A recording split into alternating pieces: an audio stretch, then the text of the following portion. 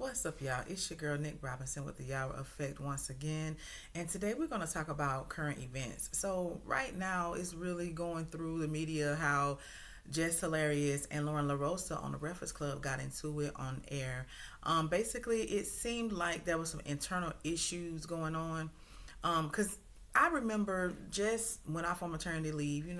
She was gone for a while. Okay, so while Jess was gone, she had Loren LaRosa fill in for her segment, Jess with the Mess. Okay, so all good.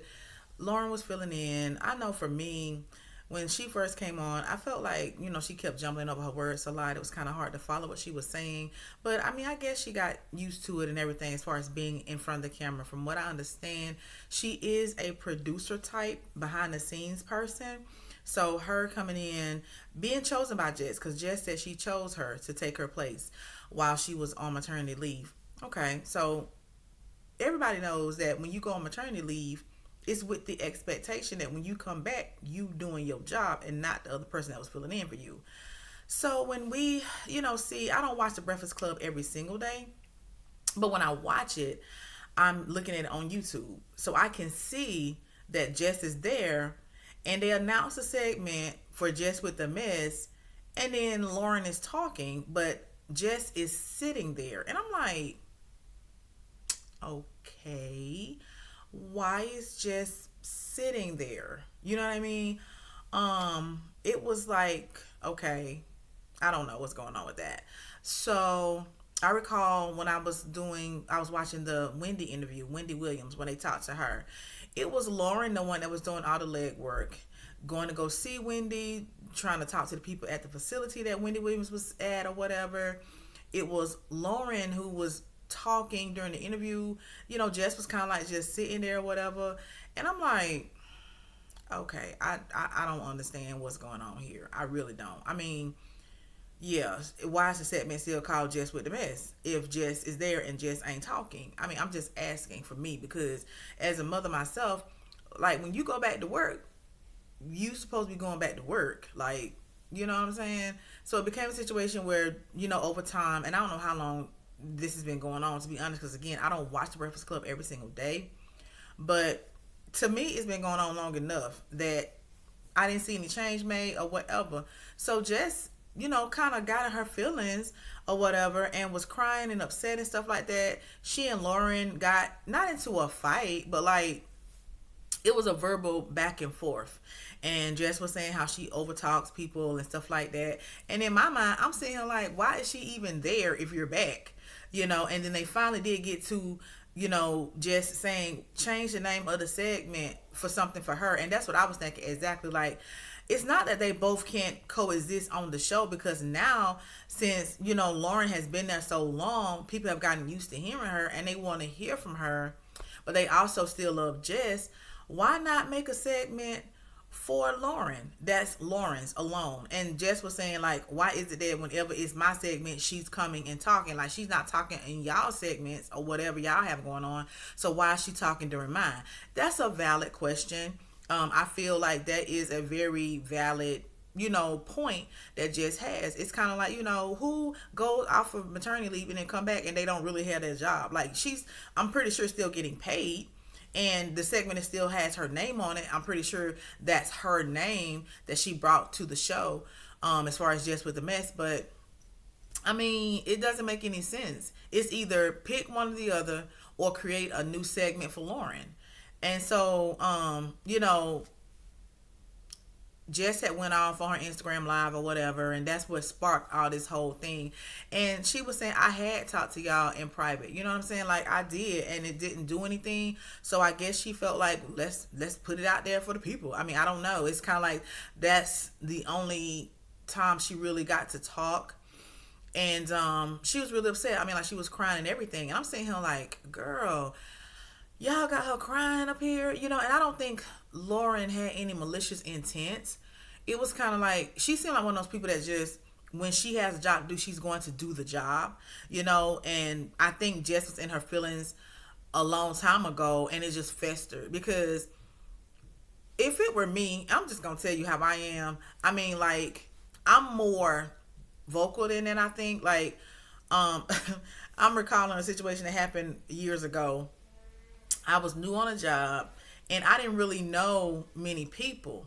So we was like sitting in the back where the people that train are sitting before they get assigned to a team. And the little cubicle I had, it was cool, but the chair was ragged out. Like the chair was really raggedy. I mean, the cloth was coming off of it. You could see the little styrofoam under the seat and everything like that, like where you sit at. So I was like, whatever. There were no extra chairs. They were in the process of ordering new chairs. So I was like, whatever. I got a seat. I don't care. I got a job, whatever. Because I was coming out of working overnights to doing a 9 to 5, which was perfect for my schedule because I had a brand new baby. Like my baby, when I started this job, my baby was only like 3 months old. So yes, get me off of those overnights, and get me to a 9 to 5 where I'm off on the weekends because I had a new baby and my oldest daughter at the time was like 3. So yes, I'm gonna take any seat y'all have, but this seat was ragged out. I think it was the most raggedy chair in the place. Okay, and it was like 200 employees, so whatever. All right, so I went to lunch and then I came back and I saw a note on my screen. And whenever you see a note on your screen, that ain't never good. Okay, so the note said something to the effect of when you return to your desk, please see me about your chair. So I'm sitting here like, I know they not trying to come for me and this chair that they gave me that was raggedy when I got it. You know what I mean? Because, like, I don't have time for nobody to be trying to say I owe them something for a ragged out chair. Okay? So the lady who was over our training team or whatever, I rolled up on her quick and I'm like, excuse me, what's this note that I got on my desk about this chair? I'm like getting right at it. I ain't even say, hey, did you leave the note? Because I felt like you left the note. You know what I mean? Because that's who's over me at the time. Like she's my manager or whatever you want to call her for the training team that I was on. So lo and behold, the girl who was training with me, she was playing a joke on me about the chair and she's the one that left the note. But when she saw how I reacted to it, she had to like stop me mid conversation because the training manager, she was like, what note? Like she was like, what are you talking about? And I'm like, nah, you left this note on my desk, and so my coworker was like, girl, that was me, I was just playing, come on, calm down, so and she was like, I didn't know you was gonna go like in like that. And I'm like, yeah, because it's just some stuff I don't play around with, you know what I'm saying? I just don't play around with it. So I was like, oh God, the real me came out real quick. You know what I'm saying? My point is this. I'm wondering what Jess's first conversation was with them regarding this situation. Because I feel like if she kept it like all the way raw like I did, they would have had no choice but to address this a long time ago. You know what I mean? I don't know who runs it. I don't know if it's Charlamagne. I don't know if it's DJ Envy. I don't know if it's somebody behind the scenes, whatever. I don't know. But if she kept it all the way funky, then they might not have had to have this on air team meeting type situation. You know what I'm saying? But it's not a situation that we weren't all wondering about anyway. Like, I know I was. Like, what is going on here? Like, this girl got her job back or not? So, yeah, I felt bad for her because she was crying and everything like that. Did they play around with her? Because a lot of people saying, oh, they played in her face or whatever. Maybe they did. I don't know. But sometimes you just have to stand up for yourself and speak out. So I'm hoping after this conversation, they go ahead on and either give Loren a segment of her own, which, I mean, they seem to like both ladies on the show. Or, Loren just does more of the behind the scenes stuff if that's what she chooses to do. It seems like she can make a choice. I don't think they are doing any hard and fast decisions about what the setup will be or whatever.